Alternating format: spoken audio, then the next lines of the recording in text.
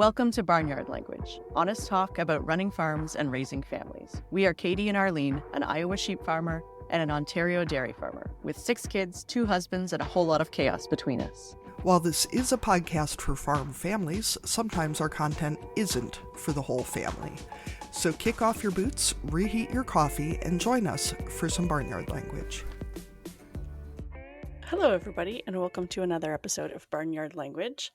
This is a new one for me. I don't think I've ever done a solo update. I think Katie's done 1 or 2, but it looks like between the 2 of us with a holiday weekend on my side of the border and then Katie doing some traveling this week, we're not going to line up to do an update together. So you just get me this week. So what's up in Ontario?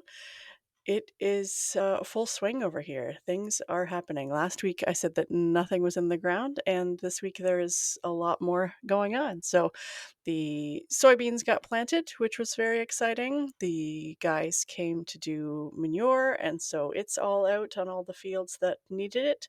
And as of today, which is Tuesday, we are waiting on our custom corn planter to show up and get the corn in the ground. So hopefully by the time I do an update next week, all the seeds that need to be planted will be planted.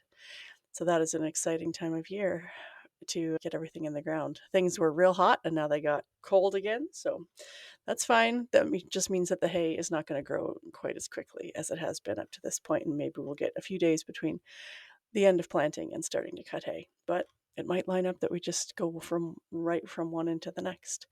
And this is not a sad time of year for me, but rock picking is done for the year. We called it. Most of the rocks need to be picked on soybean ground. So once those seeds are in, we don't really want to drive over it a whole lot more. So we declared the end of rock picking. There will be years worth of rocks still left to pick, but it felt like we made good progress. I think we figured we probably filled the loader bucket on our tractor about 35 times in our 6-7 days of rock picking. So that felt like a lot on bodies and backs and hands and all that kind of stuff. So, but it's also work where you can see what you are doing. There's progress that is easily measured when you see all those piles of gigantic rocks. I mean, some of them bigger than others. Our rule is if it's smaller than your fist, you don't bother to pick it up. But there were enough that were definitely beyond that threshold, and a few that we needed to go and dig out with the bucket itself because a human could not pick them up. So it's kind of the scale of some of the rocks that we're looking for. Also found a few treasures, which is always entertaining. Somebody's maybe old garbage pile or fence row got incorporated. Found some old glass bottles and things like that. So a couple things to add to my the collection of old stuff that gets gathered around the farm. And in other news, 4-H season is well underway. We had a little meeting last week with all of the families and kids who have 4-H heifers with us this year. So that felt good to have everybody in one place and make sure everyone knows everybody and discuss schedules and expectations and all that kind of stuff. So show crew is training calves and starting to practice clipping and all of those types of things. Our first show isn't until the beginning of July, but that'll come along quicker than you think, especially with these eager 4-Hers who want to get their calves out and get started on training already. And what else has been going on? Feels like not much else, I guess. So I can't give you the IO update, but I will go ahead and say that you are going to love our guest this week. Today, we are happy to be talking to Janine Lunn, who is joining us from Ontario. And just a warning before we even get started, Janine is my sister. So if it seems like I'm doing a lot more talking today, it's just because our voices sound very similar. So we may have Katie ask more of the questions, or who knows, Katie always comes up with questions on the fly. So we'll see what happens. I'm even adding some right now to the script. Yeah, she is typing as we even get started. So I know that Janine has listened a time or two, so I'm just going to start with our usual question without the preamble describing what it is that I want her to say. So Janine, what are you growing? So I thought a bit about this, and I think right now I am growing lots of plants and plants and young adults. So plants as in the indoor variety or out in fields? I usually grow both. I have lots of houseplants in my office space, and I love my perennial gardens.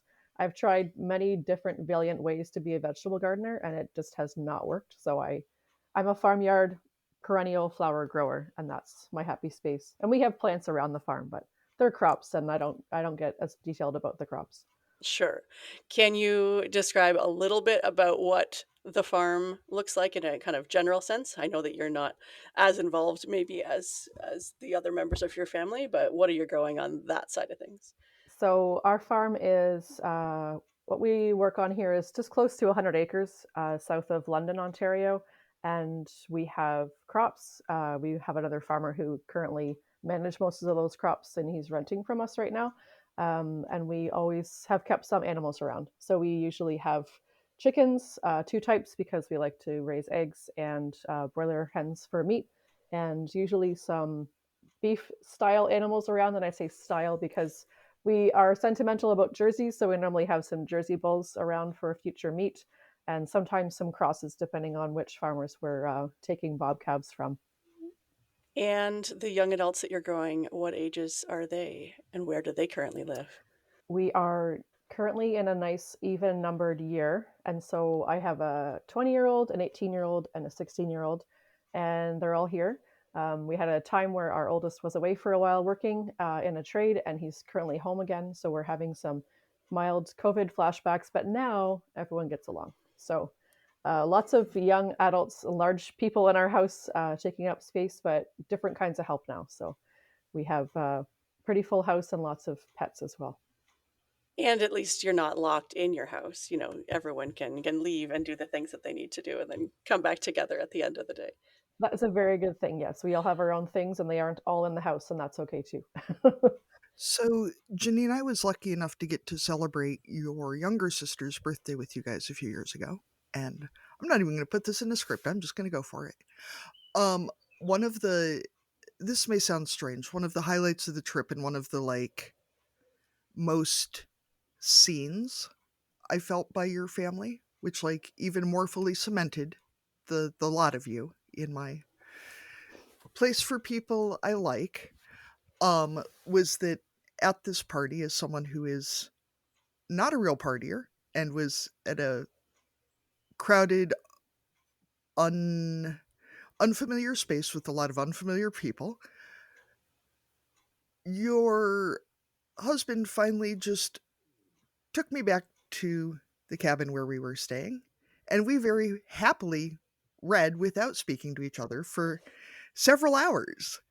Um, and it was so nice to feel seen that way, that it was not a negative thing, that I was there can be such a stigma for folks for whom massive social gatherings are not really a great vibe, that it's a negative party pooper thing to do, to just not be there, where to me it seems much more negative to stay and not enjoy yourself. Not be part of the vibe. I still remember that scene. Yeah, And yeah, to obviously not be down than to just not be there.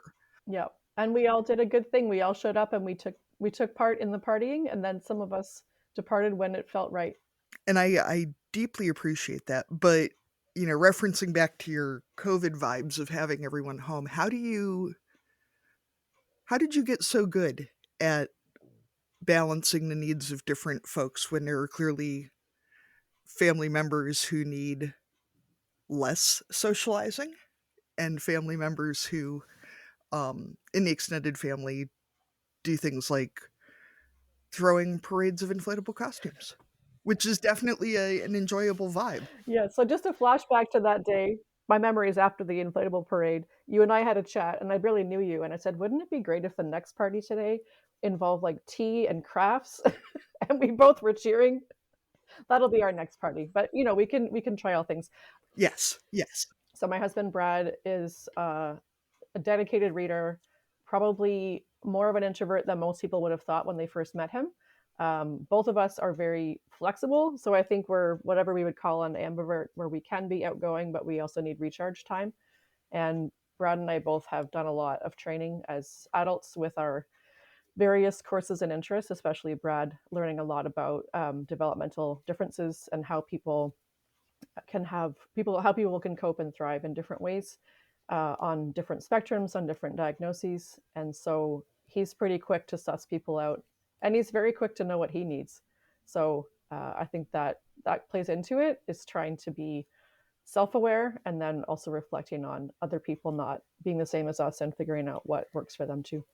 I think a lot of it is that self-awareness, because I know for myself as I get older and I get more aware of just leaving when I need to leave, or, making that space for myself before it's a problem that other people have to deal with. And I think if we could normalize that, especially in, social situations, that if someone walks away, maybe they just need to not engage right now. And maybe we can just let them do that instead of making it a thing. And I think maybe it's an American thing too. But Arlene and I have a dear uncle who died suddenly a few years ago, and he was known for his Irish goodbyes. And as a kid, I always thought, oh, it's so sad that he's left and we didn't get to say goodbye and all these things. And we had a lot of attachment to what it meant in our family to do very prolonged hellos, very prolonged events, very prolonged goodbyes. And he would just sneak away. And as an adult, I think, wow, well played. Because he knew when he'd seen enough and had seen what he wanted and had his connections, and then he would just slip away into his own space. And I cannot totally identify with that now. You don't have to do the full round and hug everyone on the exit. Sometimes you're just done, and that's okay. No hard feelings. Yeah, that's right. So usually we ask our guests what their background is when it comes to agriculture, and obviously you and I have some joint background, but and we also have some, where we diverged on our paths when it comes to farming and agriculture.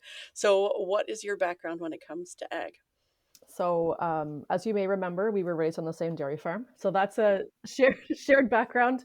I did a year of training at Queen's University in Kingston. I was planning on pursuing art and English literature, and I quickly discovered that this atmosphere and the courses I was in were not going to be a fit for me, and I really craved rural and farm spaces. And so I reset my plan and I found a course at Guelph University in international development.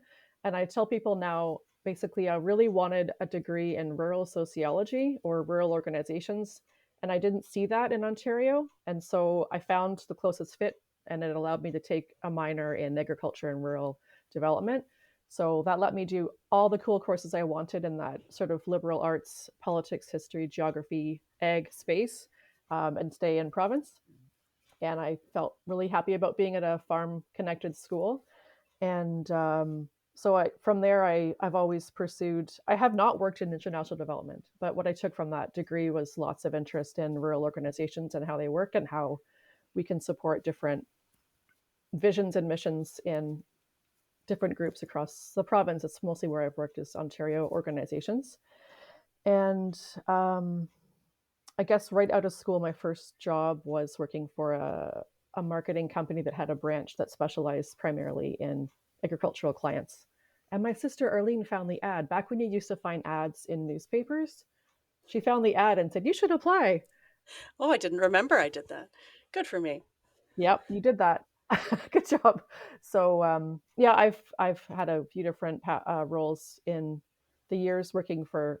Everything has always been to do with a rural or a farm related entity. So I'm not sure how much further you want to go on that, but that's the background piece anyway. Sure. And then I think a little bit like me, you maybe thought as a young person you weren't going to marry a dairy farmer. And at the beginning of your life together, I think your husband was still a dairy farmer. Is that accurate? Yes, that is accurate. I don't know if I ever had strong feelings for or against marrying farmers. I don't remember. I just in high school we were just encouraged to pursue whatever we liked, and I liked things that weren't farm related. And then I ended up at a university with a lot of farm people, and there I met a person who's also a farmer. And so I really felt connected to all these down to earth kids that were at the school. And yes, so Brad was is from a Jersey dairy family, and so they were milking jerseys. And we were married in also an even numbered year, 2002. And when we came back after a year of him working away, and we did for a time milk alongside his parents on the Jersey farm. And you guys have done a few different things once those jerseys left when it comes to agriculture on the home farm. Are you willing to talk a little bit about some of the things that you guys have tried? And I mean, some of them worked for a season, right? And then we're not part of your path anymore. So I mean, those come along with choices and decisions in those times and at different stages of your family too. So I was wondering if you were willing to talk about some of those different things that you did. We have tried a few things. Two of the major things after the cows left was Brad had really wanted to stay in dairy in some form, and he'd been doing some research on other animals that can be milked and produce good dairy products. And so, for a time, we did work with having a flock of sheep, and we milked sheep. And we were able to work on some arrangements with some other local sheep farmers to ship the milk, and we made some pretty awesome sheep milk cheese that never flows well, but it's a beautiful, if you've never tried sheep's milk cheese, it's a beautiful product, and we're all spoiled for it because we spent a long time consuming copious amounts of dairy products from sheep's milk. Um, Ultimately, that industry was very unstable, and we had to take a pause to figure out the next steps because we weren't able to have the same security that dairy cow quota offers. So our cost of production and the opportunity to get paid for it, things were just not working out, and we could have gone all in. And this is something that I struggle with. Some people talk about just work harder, just work longer, keep going, keep going. We could have gone all in, and I still feel like we might have lost our shirts because I could have gone all in and done training and become a cheesemaker, and that's still, in the back of my mind is, oh, did we miss a chance to not go further?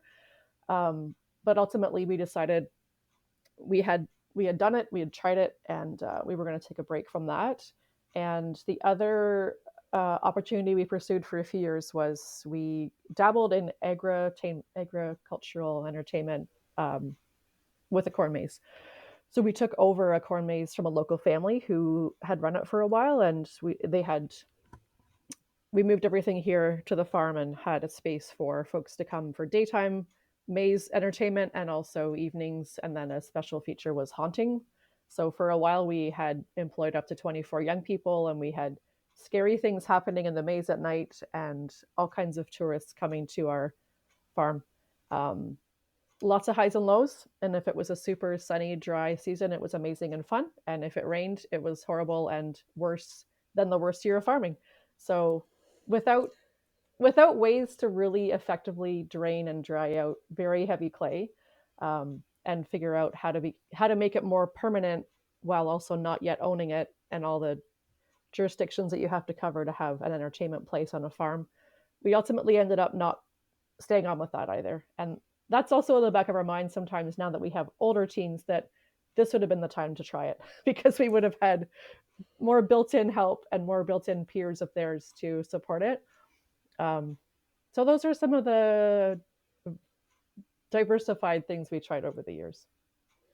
So now we have called ourselves recovering dairy farmers, but I think we're mostly okay now. Yeah. I do love the fact that you have tried things, but also, I mean, there's value in going all in and throwing everything at a project, but there is also value in recognizing when something has run its course and realizing that this is not a good fit, or this is not something that we want to do anymore, or and some of those were not choices that that some parts of some elements of those would be out of your hands, but there is power in making those decisions and moving on from them. Yeah, and it's an interesting posture. In farm country, we get pretty attached to the fact that we supposedly all have the identical work ethic, and we subscribe to the idea that if we all throw all of it at everything, we're all going to succeed. And I think sometimes we can get caught in that. And I think we decided that we were at the edge of that, and we had to make some other decisions. So those ended up being chapters and not forever projects. Sometimes the work ethic or that drive can be towards the whole family being all in on this one thing, and sometimes that drive can be towards the whole family being all in on being a family or being together or your lives generally. And I think that's something that gets missed, is that you can have higher priorities than dairy cattle or corn mazes or whatever, and that doesn't define your worth as a it might define your worth as a dairy farmer. It doesn't define your worth as an agricultural person or as a person generally, and I think that's something we miss a lot, is that there's a long distance between not being a person with dairy cattle and there's you know, we act like people have like really failed in life if they do things like dispersing their herd or trying something different or whatever, and I feel bad saying this to dairy farmers and as a beef farmer, but they are just cows. Like, it's not. And your husband used to milk cows, and he doesn't anymore, and he's also okay. Right? Yeah, the whole family's, well, I mean, I don't know if okay is the word I would use, but I doubt it's because of the dairy cattle. Like, we still have cows on the farm, but people get so wrapped up in the identity of, especially not only being farmers, but what kind of farming we do. And it's not bad to remind ourselves occasionally that it is a job. Yes. And that was something we had to spend some time with after, just sort of reflecting on, was to some extent me, but a larger extent Brad, what's an identity look like when it's not tied up in that one item? And let's face it, some kinds of farming and typically dairy tend to be all in. So when you're not all that, who else are you? And what are you good for? We know that we're good for many things and we're worthy of lots of good things in life now, but we've had to guard our hearts a bit about some of the activities or traditions we used to be part of, because sometimes that environment doesn't work for us anymore because we're just not in that space. And we definitely have chosen different time and different activities and priorities over the years. And one thing that helped us most of us anyway, on the activity side, was we figured if we weren't committed full time to milking animals, we should have a hobby that took us away. So we all tried skiing for a while, and out of the 5 of us, 4 of us enjoy it still. So downhill skiing has been kind of a neat outcome of just that break and feeling like if you don't have to always be home for chores, maybe there's something else you could do. So we've tried to embrace that while still realizing we're still on the same farm and we still get tied to all the catching up that has to be done. And it still seems like there's lots to do, even though there's not the same number of cows anymore.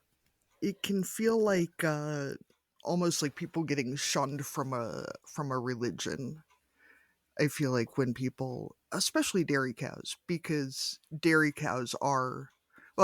animals are uniquely intense, and dairy farmers are uniquely intense. I think it can be, but I wouldn't characterize it as being shunned. We felt like we didn't fit. I didn't feel like other people made us feel like we didn't fit. There's a lot of telling yourself things when something's changed, and we had to get over that, because when we go out now, our daughter is actively showing cattle and going to all kinds of dairy events, and people are still lovely and friendly and welcoming, but we don't have the same things in common. So that makes it different, because those aren't the topics we spend our time on anymore. So we just have to find different topics to talk about. But I wouldn't say in our situation we felt like other people in the dairy sector have made us feel horrible about anything. It was our decision, and we live with it. Are you a farmer or butcher ready to master direct-to-consumer marketing and meet success? The team at ChopLocal is standing by, ready to help. Sell your meat on the ChopLocal marketplace. Check out all the free meat marketing educational resources at ChopLocal University. Hire the team to help you out, or tune into their new podcast called Meat Success. And remember, there's more than one recipe for meat success. Let us help you fine-tune yours today at ChopLocalUniversity.com. So you talked earlier about courses that you and Brad have both taken, and you both ended up going back to school at a stage when you also had young kids in your house. So I was wondering if you wanted to talk a little bit about that stage of both of your career development and family life, and how you made that work with everybody in school all at the same time, 3 kids and 2 adults. Yeah, that's a whole chapter, and it sounds like a lot when you describe it, and I guess it probably was. But so we had all these farm things going on and lots of changes and 3 little people in our lives. And we experienced a very, very scary car accident around 2010. And coming out of that, I think we both felt like, oh, wow, we really have to check our plans and check our priorities. Um, we've been spared somehow, and maybe we need to think about what else it is we're going to do in this life. So that was a pretty big event for us as adults. Our kids remember it, but it wasn't. They don't remember it well. But for us, it was a pretty big moment, and in our timeline of where else we could be spending our time and energy. And if I'm dialing it back correctly, I think it was me that went first. But I had been doing a lot of. I've worked for many years for the Federation of Agriculture, so that was my primary career. And in my personal life and community life and faith life, I've been very involved in the church forever. So we were part of the United Church and also a local Presbyterian church, and I was involved in lots of leadership roles. And the more I played piano and the more I was on committees and the more I helped with various things, the more I just kept being called to leadership and speaking and pulpit. And in our family life, it seemed like every time a major passage happened when our great grandparents were passing, I would start formulating stories about them and their faith story and their life. And so I ended up from a very young age sharing family eulogies at funerals, which is something not everyone feels comfortable doing. But I remember getting ready for the first one, my great grandmother on the Milne side, and coming to the vehicle with the Bible the funeral home gave me and being all dressed up, and my dad saying, "Oh, I always thought you might make a good minister someday." And I just tucked that away for a long time. But anyway, long story short, I was able to find a way to pursue part-time studies through a university in Toronto.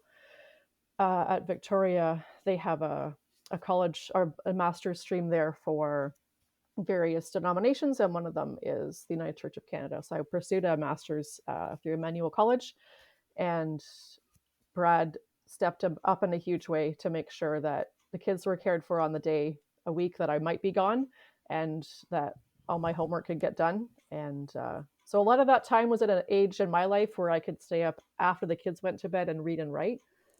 That would not be available to me in this stage of my life. Now you're almost always in bed before the kids. It's completely flipped. And now they have homework, and I'm saying, well, good luck. Yeah, I'm going to bed. Yeah. And both of us really enjoy learning. And that was a huge need for me, was to just keep learning and practicing and trying different topics. And then Brad, after a few years, he found an online course before that was a thing. And he's always, while he has identified strongly as a farmer, he's also identified strongly with young people and developmental differences. And so he ended up pursuing a developmental service worker program that was completely online. So he was able to fit that in. He very much likes self-directed learning. So he was able to fit that in around home chores, which were downgraded by that point. And then he found a local farm. They were raising hogs. And so he worked at the barns with that farming family, and he managed barns with them, farrow to finish. A lot of it was what he was doing. So he fit that in around his schedule, and that was pretty seamless. It was a bit hectic, but again, the kids were younger and some of our free time, we had energy left. So we were able to make that work. So those are the two strands that we followed for a while, and both ended up completing those. So we don't often or very rarely talk about religion on this show, and that's a choice, because I think we are sensitive to the fact that we don't want this podcast to be expressly religious, and because we want anyone to feel comfortable listening or being part of this community. And I know that within the United Church of Canada, they their stance is much more liberal than a lot of churches. They're an affirming faith and those types of things. But I think that there is still a perception in a lot of rural places that religion is kind of one of the mainstays in ag, in a way that sometimes feels uncomfortable.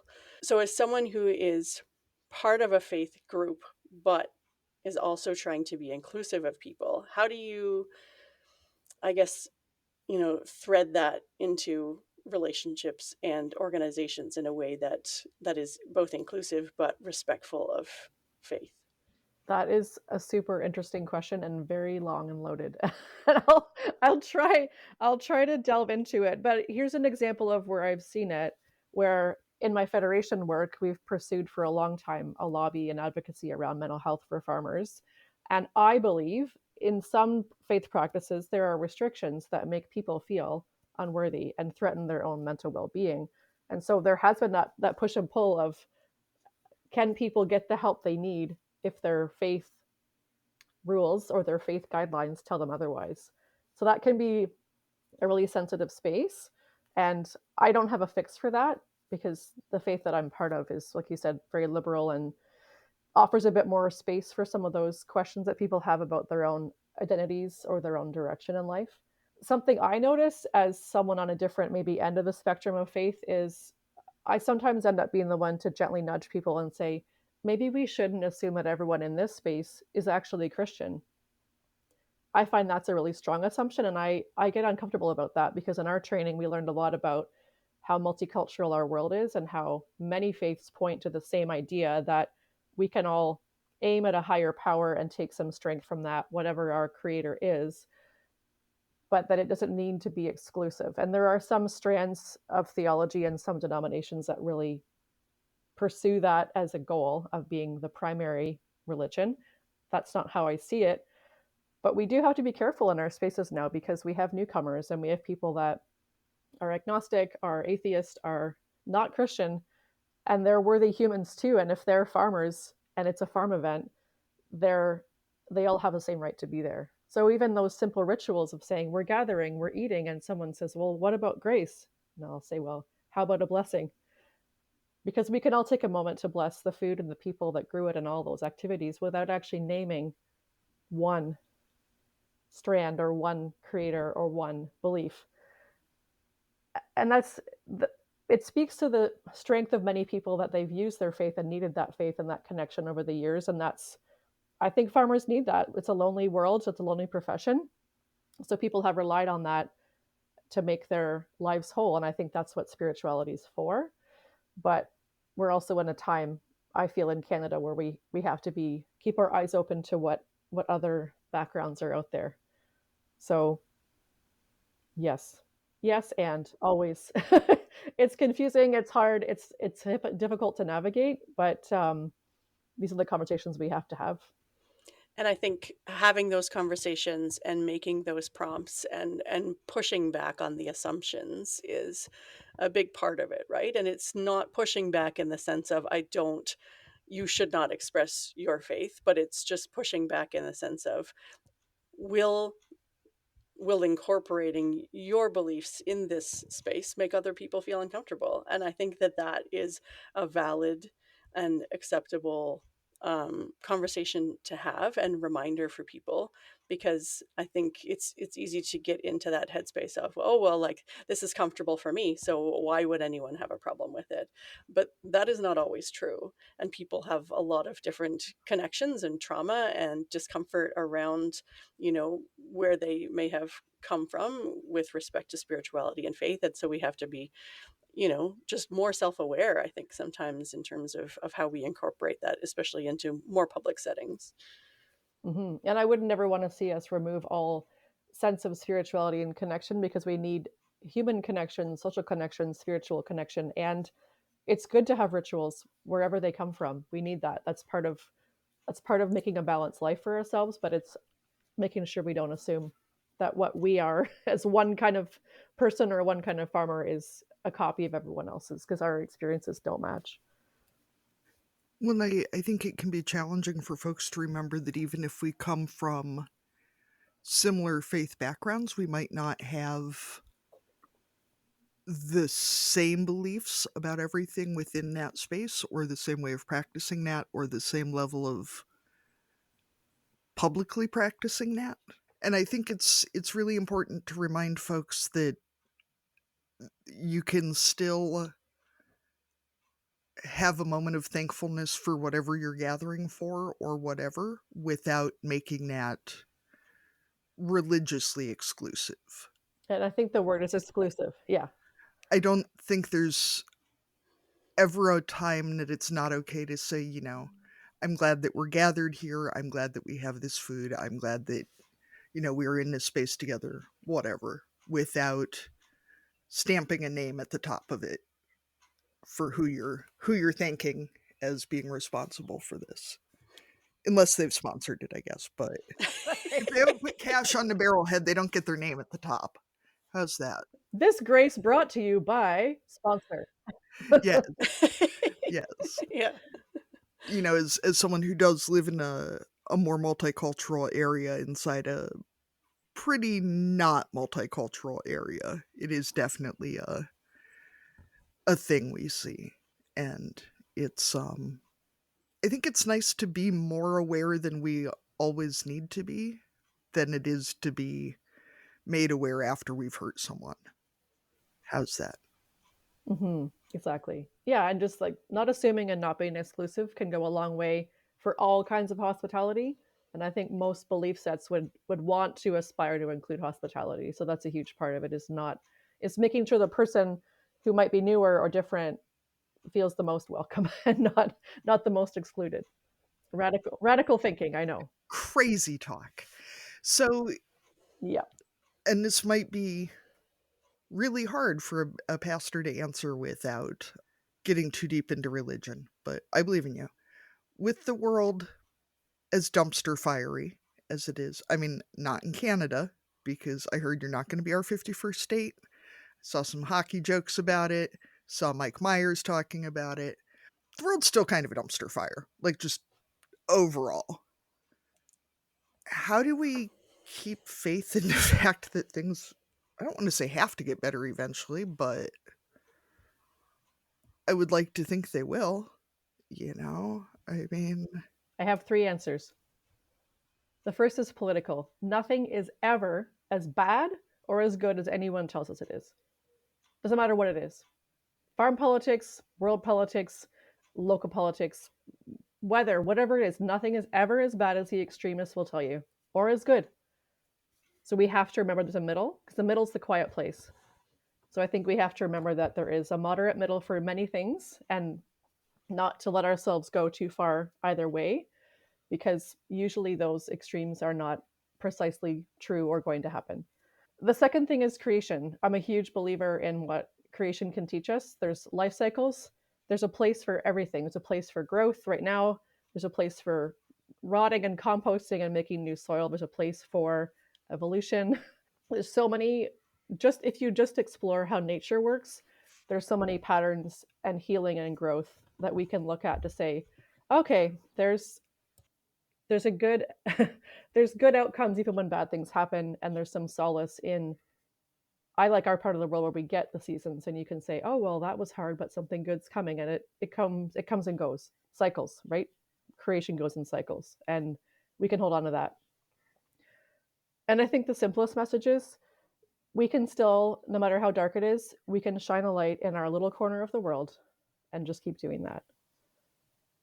Because social science and spiritual science and just common sense tells us if we can do a good thing locally, it's going to feel better for ourselves and for someone else.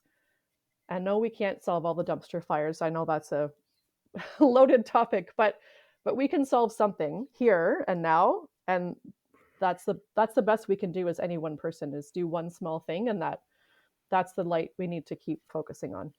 so I can get out my metaphorical dumpster, my metaphorical fire extinguisher for my own local trash can fire and put that out. Yeah, just one little tiny dumpster fire at a time, right, Kate? Yeah, let my little tiny dumpster fire light shine. or not. Exactly. So that actually leads really well into what I wanted to talk about with you today. I mean, among other things, obviously. Oh, wait, are we finally getting to the point? We're like an hour in. Well, I mean, sure, yeah. So I wanted to talk about volunteering and the contribution and making a difference in your community, because as parents and farmers, I feel like a lot of us end up doing a lot of volunteering, and there's a lot of organizations that need our time and our energy and our commitment. Um, and so I know that you have a lot of experience from both sides of your career and in your own volunteer contributions. So I was wondering, to start off, if you have some examples of boards and organizations that are doing things well, because I kind of want to start with some positive things, because I feel like we can probably all complain about the thing that we volunteered for that was a waste of time or really didn't nothing got done. But what are some examples of places where you're seeing really good constructive work happen, and what skills do those boards or organizations have that the rest of us need to emulate? So I wrote down a few things before this. I knew this question was coming in some form or another. And I end up liking alliteration a lot. So I found some letters that were all T words for some reason today. That's how it came up. I find the places where I see volunteers thriving and enjoying and making a difference and staying for a good amount of time. And I don't think staying forever is a good thing either. It's groups that have some effort towards tools, training, templates, and terms. I don't I don't think enough organizations spend enough time thinking about what does a good life cycle look like for a volunteer. Because there was a time, and there still is, especially in rural spaces, this attachment to how many decades a person can be in a role. And I don't actually believe that you can still be an effective volunteer supporter for sure. But can you still be an effective leader and volunteer after 10, 20, 30, 40 years? I don't really think that's the way it works. You can be dedicated, you can wear the pin, you can help clean up after. But I think it's healthier. And I don't know why terms is difficult, because if your group doesn't have terms, nobody wants to bring it up, because you feel like, well, Arlene's been here for 22 years, and if we say the terms are starting, she'll think we're pointing it at her, and she might. Right, that we're trying, yeah, that maybe we're trying to kick her out. Yeah, maybe they are trying to kick me out. It's possible. But I think when you set up some, I'm a big fan of process, and we've been spending a lot of energy on this with the Federation of Agriculture, just trying to find ways to keep adding some rigor, some tools and templates and training, so that folks have that background to go to and say, if we wanted to raise the bar a bit and make ourselves a little bit more vibrant or mix it up, where would we start? And so some of those efforts can go a long way to helping people do that succession planning, because you want to try to bring on new people before it's too late.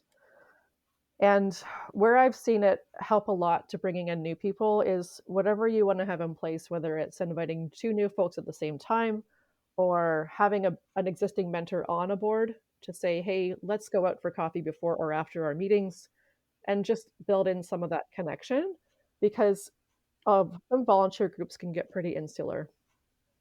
And just like in farming, we sometimes have assumptions about how we do things or what we've already tried and what we're going to accept and norms.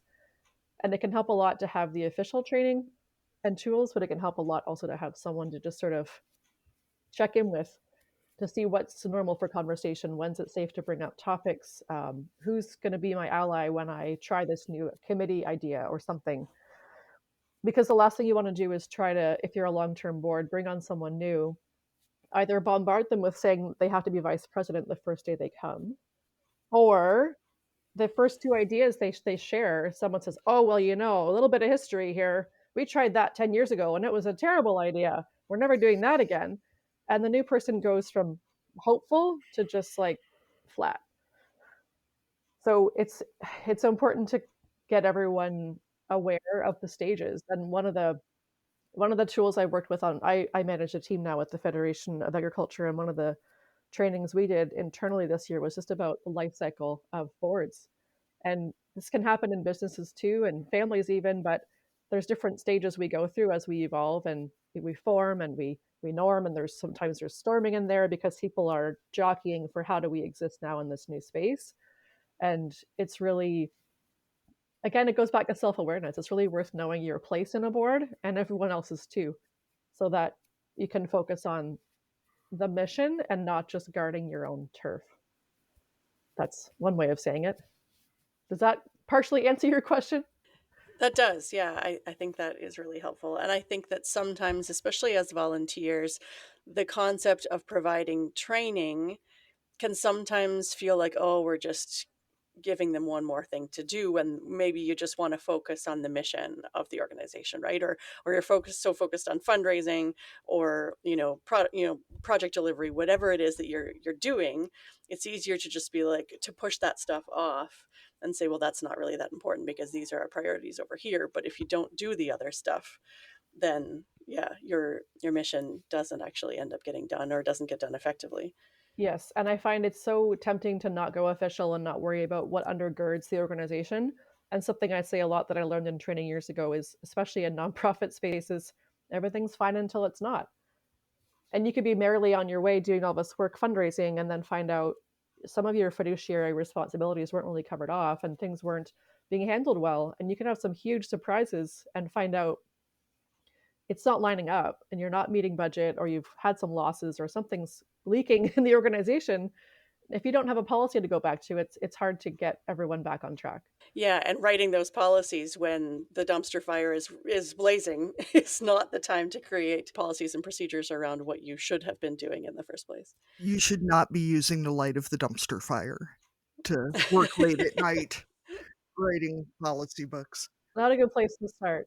This might be a theme here, dumpster fires. Something else I've noticed in terms of trends is generationally, a lot of people are really, in the newer generations coming up, they're looking for meaning, they're looking for purpose, they're not looking for a lifetime commitment. And we have to respect that. People are looking to know how many hours, when am I getting a babysitter, what can I do right away, when am I done? And in some cases, can you tell me for sure I won't be having to do this for 25 years? So I've seen groups like some of our federations will bring in new people and say, can you just serve on a committee? Don't worry about the whole structure yet, but can you help us with this one project? You want to do ag in the classroom, you want to do a small open house on a farm or something. Get them supported, get them a budget, and give them some parameters and say, please run with it, report back, but don't feel like you're here for the long haul if you're not sure if it's a fit yet.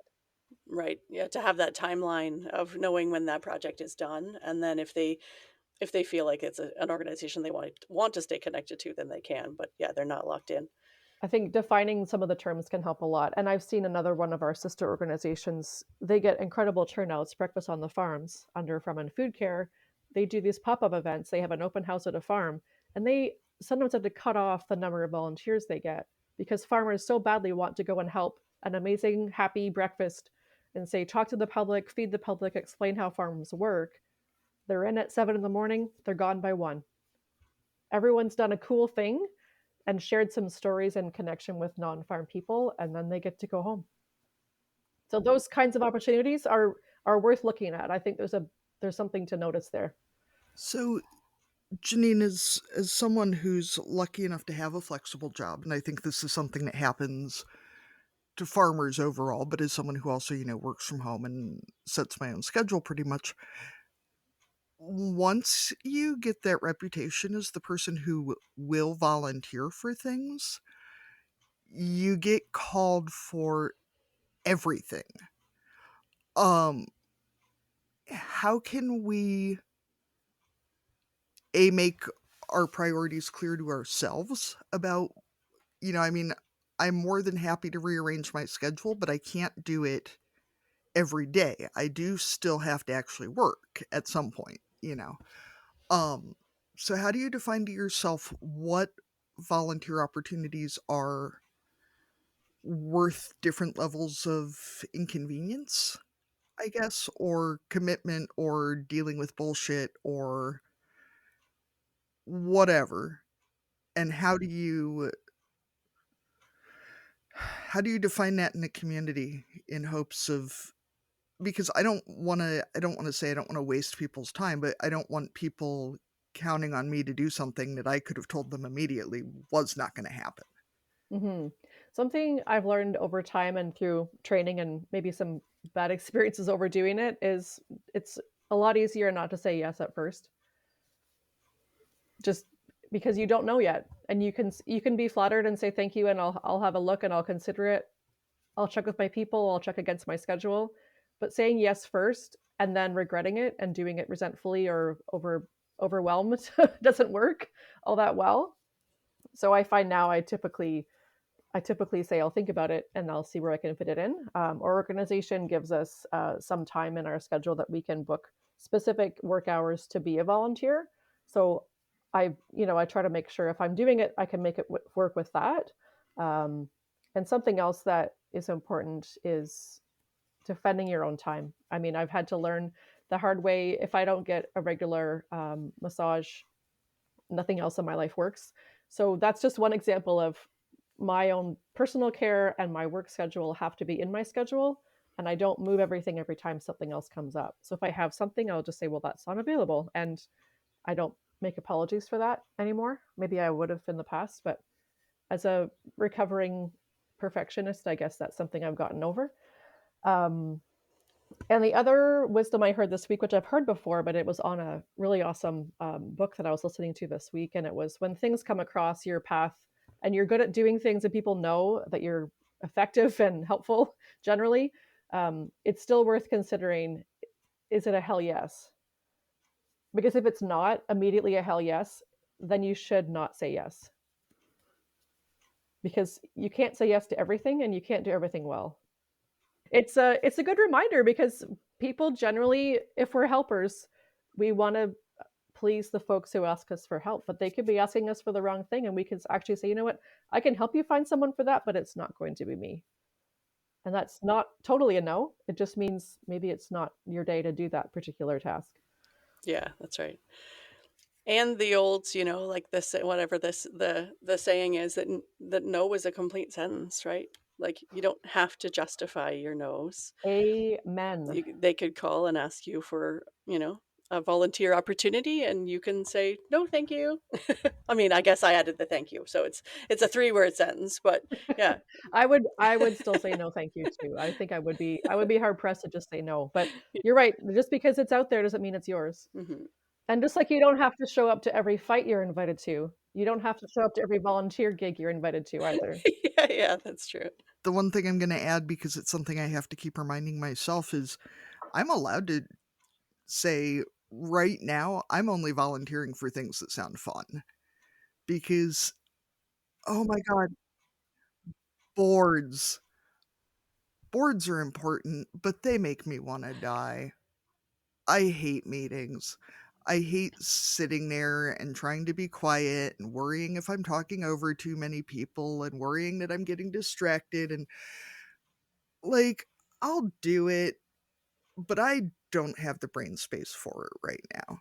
Well, but here's the thing, if you know you have a type and you're that person who loves to do a pop-up thing, and then you can say, great, I will try to always be available for the fair setup or the fair takedown or the breakfast on the farm, but you just may not be a board person, and not everyone can be. We need people to be full-time somewhere else doing the job, or we need other people to be doing the pop-ups, and there's all kinds of styles out there. So I don't maybe you don't want to say no thank you, your ask sounds terribly boring, Kate, but you could say no thank you and leave it at that, or just say I'm only available for short time, pop-up events, and that's all I can do, and then that's kind of like a no too. What's become delightful, though, is I've cultivated something of a profile locally for volunteering. So one of the biggest local volunteer groups is headed by a woman who's a pretty good friend, and she knows that if she needs someone to rabble rouse a bit at like a library meeting, I'm here for that. You know, my kids' schools know that I will volunteer for pretty much anything. So, like, I'm going to build birdhouses with my daughter's class today because there's a lot of parents who aren't able to just take off an hour in the middle of the day to build birdhouses with second graders. And I thankfully am, and this sounds awesome. Um, and it's nice to just kind of be known as that person who has these strengths and not others, and to cultivate being a go-to for things I actually want to do. Because I'm sure I'll come back to being willing to be on boards again eventually. But Yeah, and it's things might evolve in time, but it's also you're allowed to have your own profile and just say yes to the things that meet your own goals right now. The other nice part is that we live 2 miles over the county line for where our kids go to school, so I'm not able to be on a lot of the boards for town because, like, the library board, the school board, all this, you have to actually live in the area, and since our kids are open enrolled and we're over the county line, I can't be on the boards for a lot of things, which is kind of awesome. Yeah, yeah, you didn't have to create that boundary. Sometimes boundaries make themselves. That's great. So, when do we commit to trying to change things, and when do we just nope out of it and be done? I mean, it's like the breakups of the happily married grown-up set is leaving a volunteer board. Yeah, I don't know if there's a hard and fast rule for that. Sometimes you feel like you're on the right trend where you can sense that enough of the right check marks are happening. Maybe the board has a few redeeming committees or events that you really can hold on to and feel like it's worth hanging in for the long haul to see them through. I'm sure there's people on boards who will say, once this one event is off the list or once this little posse of people has, surrendered their roles, I would come back on. There's definitely times where, I mean, you do get to pick. It's not, you don't want to be haphazard about it, but it's not like you haven't committed for life. So you have to decide what matters, and especially if it's getting to be, if it's still I guess the thing is, if it's still a constructive environment, then there's something that can be redeemed. If you're in an environment where there's vindictiveness or harassment or bullying happening, and you've already tried calling it out and there's no resolution, I think that's a sign. And I have seen boards dissolve over that in various organizations. And if it's a if it's a good environment, good enough environment, you can make something work. But if it's devolving and it's going to cost you your own stress and your own mental health, sometimes you have to save yourself and let the chips fall where they may. And some boards do devolve, and then you have to, maybe you're there to pick up the pieces later and rebuild it with a new structure. That's my open answer.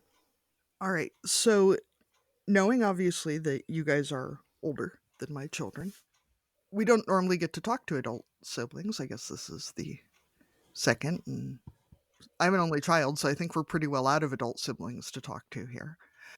How do we encourage our kids to actually be friends as they get older? I know a lot of adult siblings who seem to, I mean, they tolerate each other, but they certainly don't seem to enjoy each other. And that seems, I mean, maybe that is an improvement over where they were in life. It's hard to tell.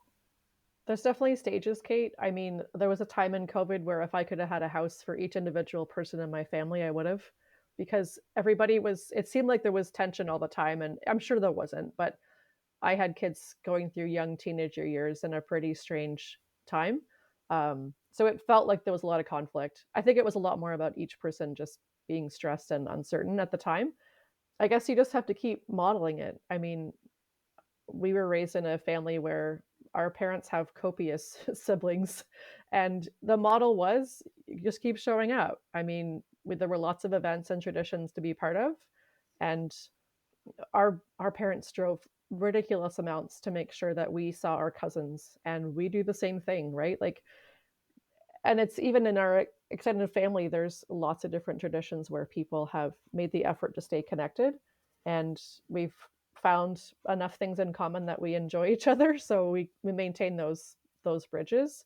I'll say now that the oldest is back home, he's fully enjoying having siblings again, and I don't know at the time if he ever realized how different it would be, but he's lived on his own for a while, and now that he's back, he's all in. So, are they all best friends? I don't know for sure if they would call it that, but they have lots in common, and sometimes our own three are talking so much after dinner that we just walk away to be quiet, back to the books, right? Because they're keeping themselves busy now, and they have their own like internal sibling chatter that just has kind of happened. So I don't think you can force it. I guess you just have to model it and see where it goes. I think as siblings ourselves, there have been times where we have gotten along better or worse than others, and that is also a thing that is true for a lot of families. Just because you are raised in the same house by the same people does not mean, and not everyone was raised in the same house or with the same people. I know that families look lots of different ways. So, I mean, there are times where sibling relationships are not healthy, and you don't have to maintain a relationship with someone if that is not healthy for you or for them. And it's also okay for those relationships. I mean, it's not easy, obviously, but to have relationships that don't work as adults, that happens. So I think a sibling relationship is like any other, in that there has to be respect, and that the friendship has to be mutual, and that we both have, or all, depending how many siblings you are, everyone has a role to play in it. And so, yeah, as a parent, I don't know if our parents did anything particularly special. I mean, we did, spend a lot of time together growing up, but we all also had our own interests that we could, pursue our own things. I think they were pretty good about not comparing us to each other too much. There's obviously, there's some amount of that, but I think we were all allowed to pursue the things that were interesting to us, and they put a lot of effort into making sure that we got to do the things that we liked. And if we did not like a thing that the rest of the family did, that was also okay, and it was supported, and we didn't all have to, just because some people wanted to go to a hockey game didn't mean that everyone had to go necessarily. Like if there were things that, maybe there are things that my dad and I enjoyed doing that, the rest of the family didn't, and that's also, part of how family dynamics work. I don't know if you have any other thoughts on the adult side of things, Janine. Yeah, and I guess there's one story that I think is really interesting, and you never know. I'm a big fan, and I'm learning to just say not now or not yet, because we don't know how things will move in the future with different people that have been across our path. And there's someone in our extended family who's gone now, but he um, for a long time was not connected to the family, and there's a lot of hurt around that. And in later years, he came back around, and a lot of people dug really deep and found a lot of grace for this person and made new connections in a very short time. And before he passed, he had a little beautiful snapshot of what that connection could be like again. And so sometimes there's opportunities for that, and we don't know where they're going to be. And those could be people that were part of those boards that didn't work out, or it could be people that were part of those other connections in life that we had to say, no, not right now. And sometimes those opportunities come back around. So maybe not yet. Podcasts are free to listen to, but they aren't free to create. Katie and I would appreciate your support as we work to build the Barnyard language community. Patreon is an easy way for you to make a contribution that goes directly to making the show. As a member of our Patreon community, you get to watch the video version of our weekly updates, complete with questionable hairstyles and clutter. With 3 levels of support, you can choose a tier that works for you. Keep the podcast going by becoming a patron today at patreon.com/barnyardlanguage. Arlene, do you have anything else? I don't think so. Janine, do you have any questions for us? Not to put you on the spot. Well, I'm kind of at the back end of it, but I probably should offer. Do you want to know what OFA does in Ontario? Yeah, sure. You didn't actually, you talked about working for the Federation of Agriculture, but I wasn't sure if you wanted to go specific or not. It's okay. It's fine. I can speak freely about where I work, but so I'm getting close to an 18-year employee at the Ontario Federation of Agriculture, and the reason we exist, our sort of slogan is "Farms and Food Forever." But the farmers in Ontario have to declare that they are farming in a business, and they tell the government they're a business, and then they get to choose which organization represents them. So OFA represents over 38,000 of Ontario's farmers, and we have the opportunity to advocate for their interests. So our goal is to make sure that policies in government allow the best possible outcomes for farm businesses to thrive in Ontario now and into the future. So that means we support a network of volunteers who run our local federations, and we have a staff of team across the province that support our members on policy issues and member service cases and everything in between for information and communications, and making sure that we have people in farming who do the heavy lifting of meeting with those elected officials so that other people can simply awesomely continue farming if that's their primary focus. They don't have to be on the board. So that's where we sit, and so we work with our local members. We work with our local federations, and we represent OFA at events across the province and trade shows and different activities, and Queen's Park and Parliament Hill. So can you just kind of generally say you're a farmer in Ontario and you feel like you are in, say you're in conflict with maybe a neighbor or your local township or municipality, OFA is one of the places where you can go for support, right? Can you provide some examples of like maybe just like generally the types of things that you can kind of help an individual with? Yes, absolutely. So a simple request might be, hey, I'm a new farmer. I'd like a gate sign. Yes, we can do that. A more complicated one might be, like you said, I have a drainage issue. It's multifaceted. It's affecting me. There's water coming from another place. The township's involved. I'm confused. I'm stressed. Where do I go from here? So we have a lot of experience between our field staff and our policy team in working with different agencies. So we try to ensure that the farmer gets some more answers, some more resources, and the support they would need to continue solving their issue. So we see it as supporting the farmer to solve their issue. We can't take on everyone's issue and we can't solve every problem.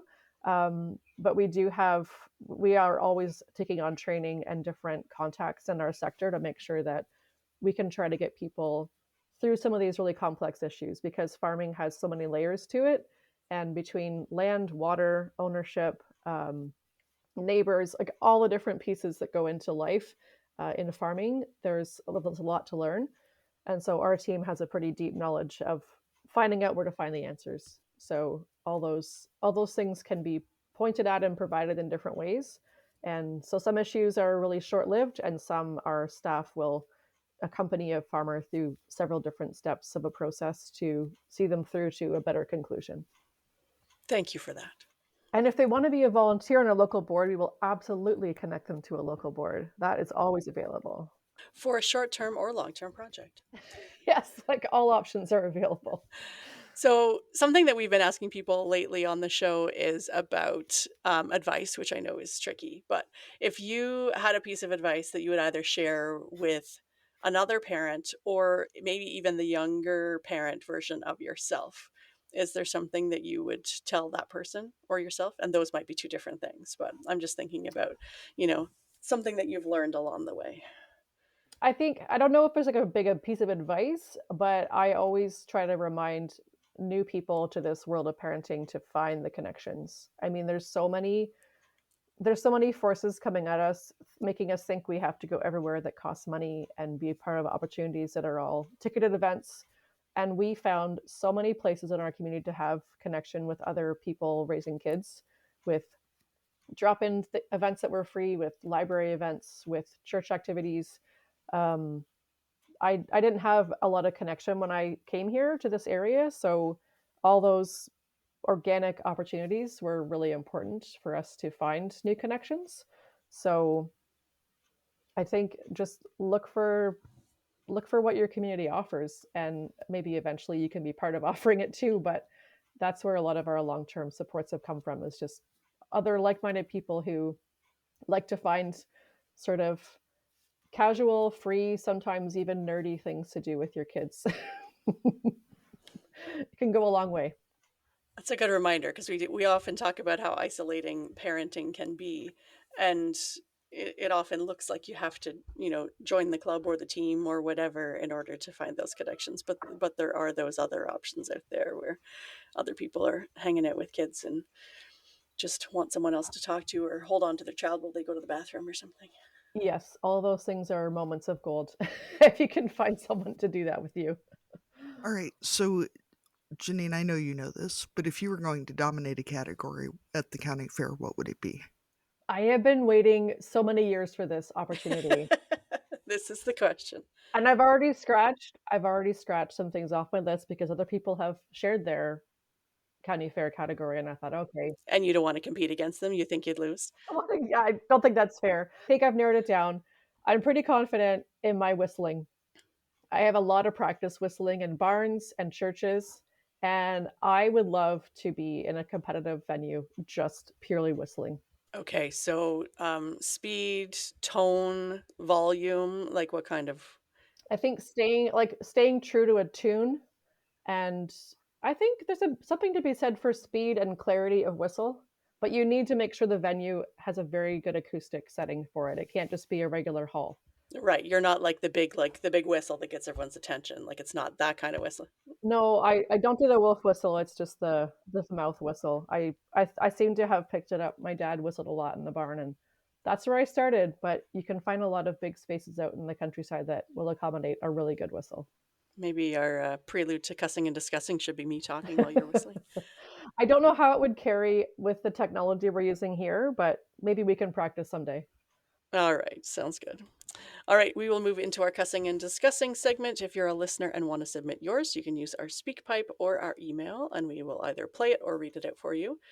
Katie, what are you cussing and or discussing this week? So I put a reminder in my phone that I then realized all of my coworkers could see that is titled Cussing and Discussing. With my cussing and discussing for this week to be sure that I wouldn't forget it. My kids are amazing.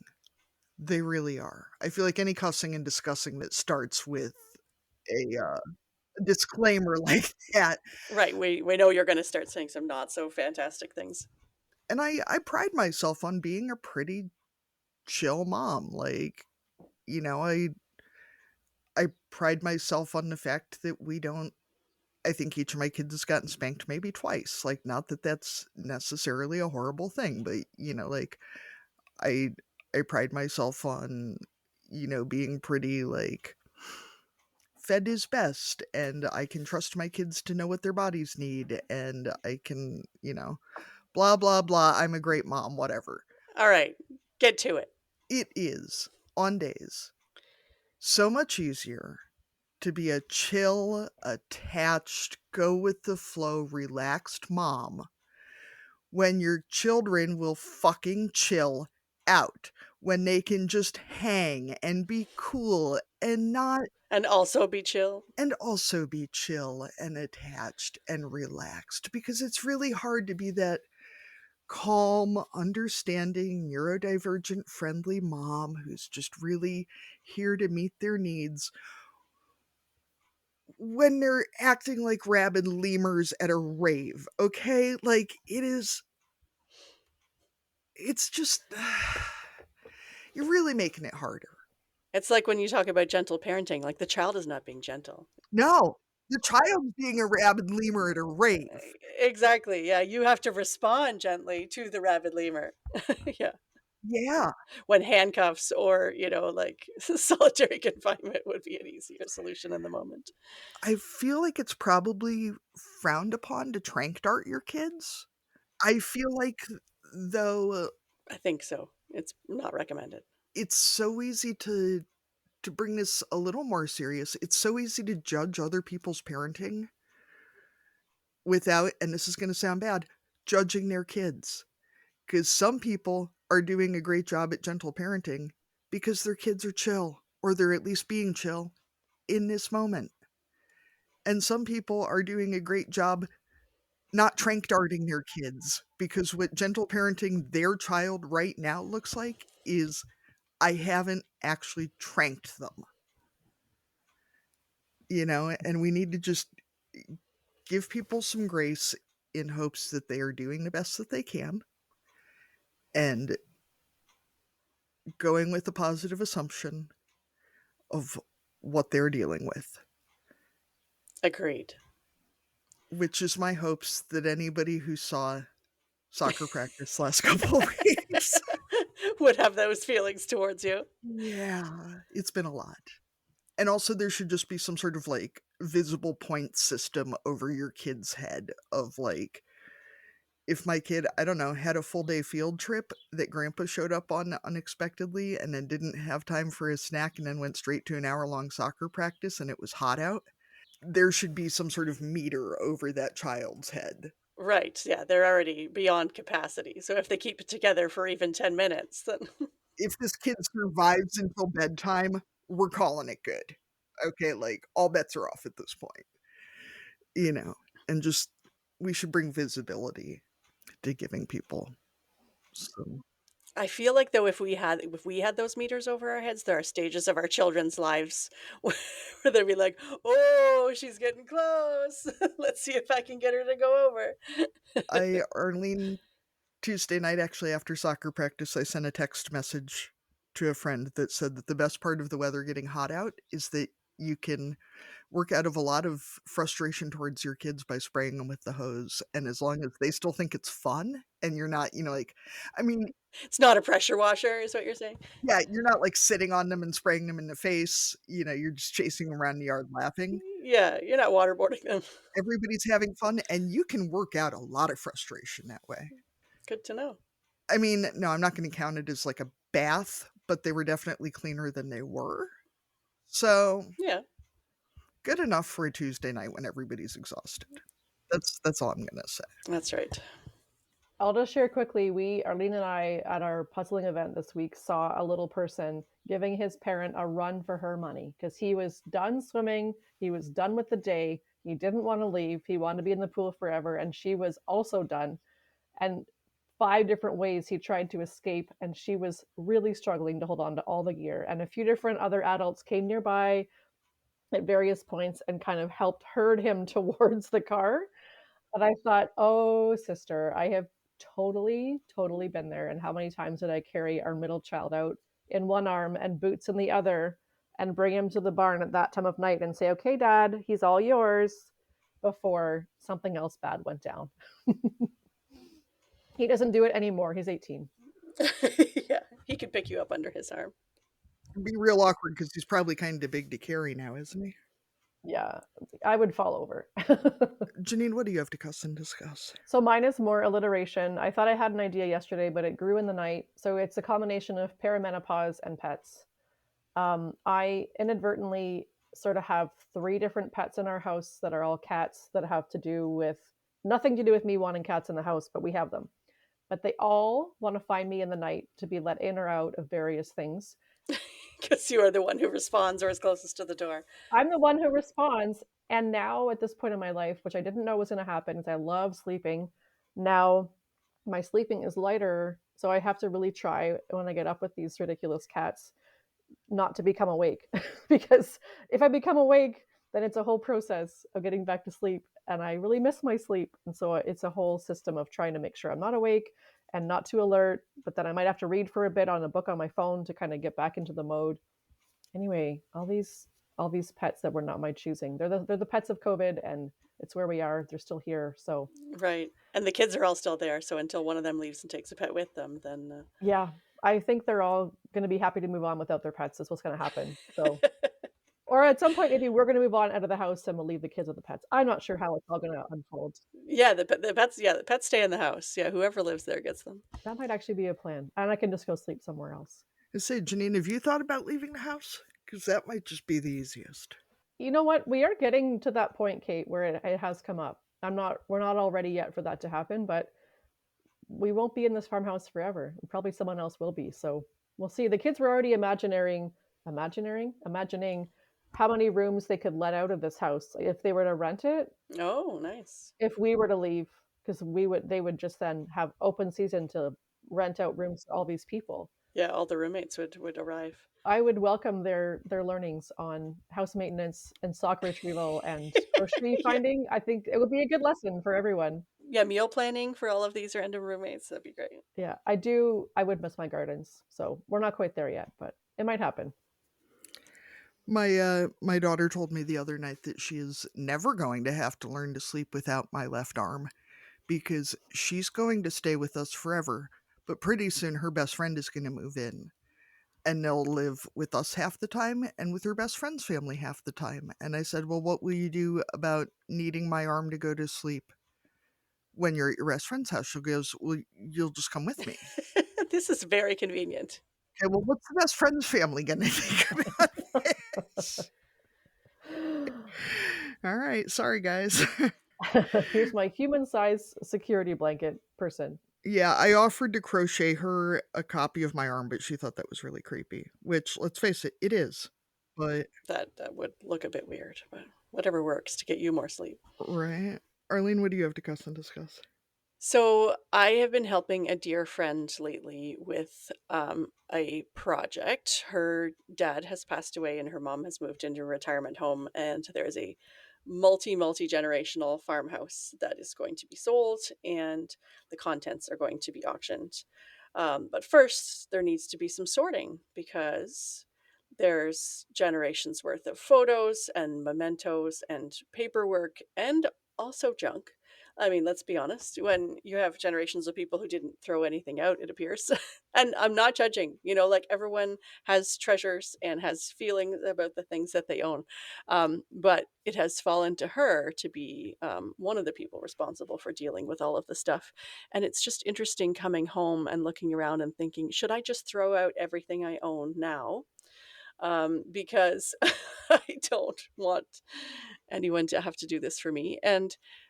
But at the same time being so entranced by some of the things that we're finding too. It's like, oh, that is so cool. That's so neat. Like the other day she found a poem that her grandmother had written about her when she was a baby. And it was so sweet. And she put it on the fridge as she was going through bins and bins and bins of historical documents. And because this same woman was also someone who wrote a column weekly for the newspaper on the history of the local area.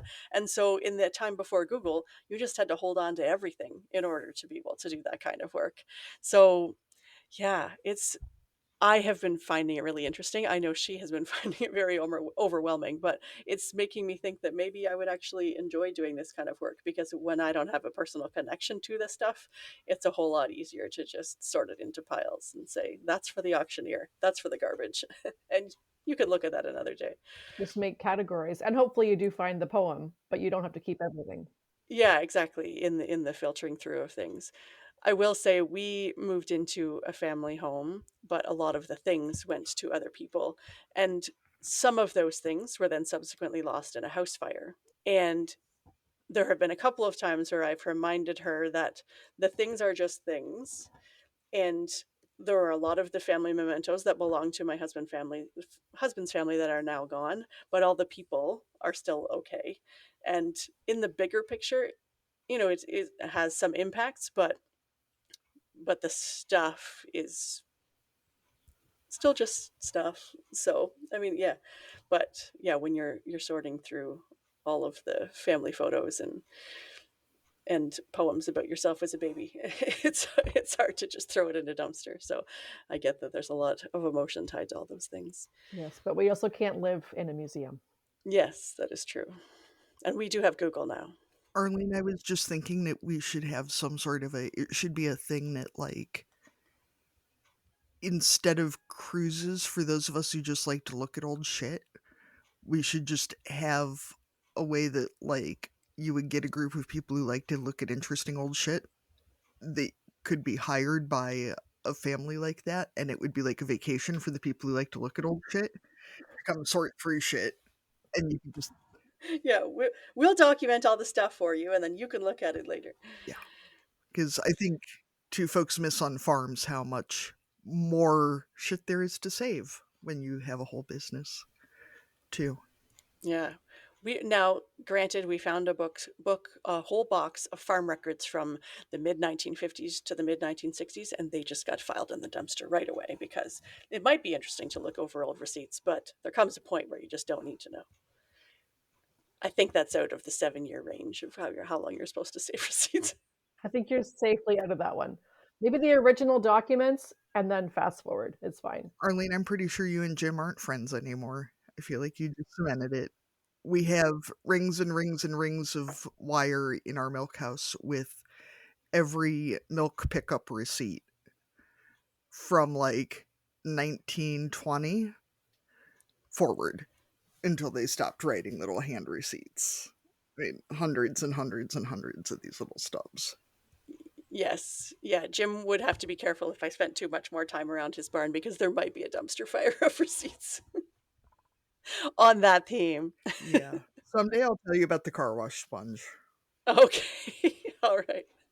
Thank you, Janine, for joining us today. If people wanted to get in touch with you online, do you have a public space where people could reach out, or should they just join the Barnyard Language Facebook group and come hang out with all of us? Yeah, I'm not overly public, so it's probably but I'm definitely part of the Barnyard Language space, so people can see me there, and sometimes I'll try to chime in when the new topics come up, so I'll meet people there. That's right. And if you're in Ontario and need the support of the Ontario Federation of Agriculture, you can go to their website. You can use the Google and find us. That's right. Thank you so much for coming today. Thanks for having me. Thank you for joining us on Barnyard Language. If you enjoy the show, please support us on Patreon with a donation. Big thanks go out to our show editor, Krista Paffrath at the Rural Podcast Network. Please rate and review the podcast wherever you listen and follow the show so you never miss an episode. If you want to connect with other farming families, join the private Barnyard Language Facebook group. We are always in search of future guests for the podcast. If you or someone you know would like to chat with us, get in touch.